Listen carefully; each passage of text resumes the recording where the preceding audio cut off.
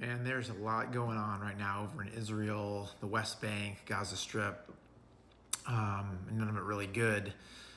It's really heartbreaking to see what's going on there, and just ask you to join me in praying for all those people there. There's so many innocent people being impacted, either being displaced and becoming refugees, or there have been people kidnapped, and certainly the worst, some people are dying, just innocent people who are not involved in this conflict from a government or an organization standpoint, but just caught in the middle of it. So please pray with me for those folks.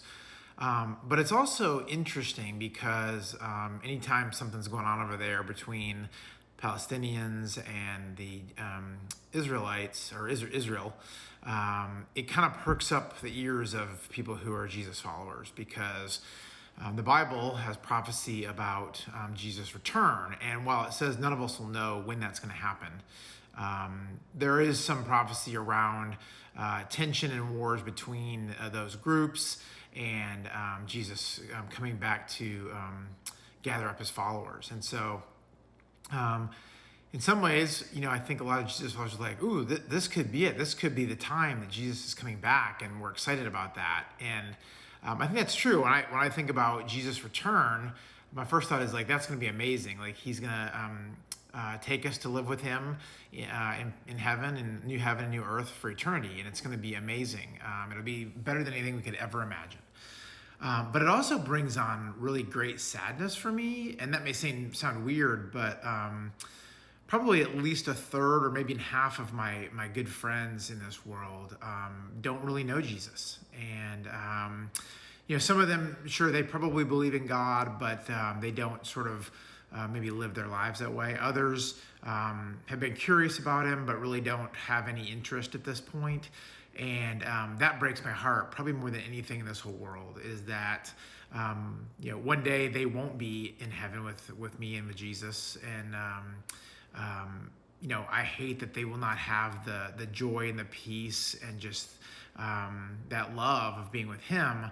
But it also breaks my heart because I won't be with him for eternity. And that's what I want. I want to be with my friends for eternity, and I want them to be able to enjoy that and live with me there.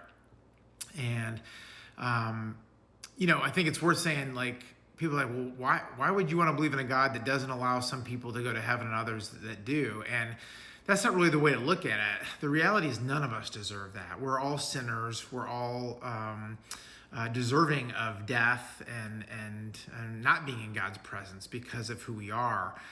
But in his love and mercy, God has sent Jesus to die in our place and to reconcile us to him. And so all we have to do, as simple as it sounds, is accept God's gift, his gift of his grace, his gift of his mercy, his gift of his love. It says, hey, if you want it, it's here on offer, and I'd love for you to be in heaven with me and to live with me forever. And so it's not so much that he's not inviting other people, but it's just that people aren't accepting his free gift. And so anyway, that's a lot for this morning. There's a lot on my mind. I'm thinking about my friends and that, and just thinking about those people in Israel and the West Bank and Gaza Strip and what all is going on over there. And so not really an encouraging post for today, I guess, but just kind of where my heart is. And so just thinking about those folks. So that's it. Have a great day, friends. Live with grace.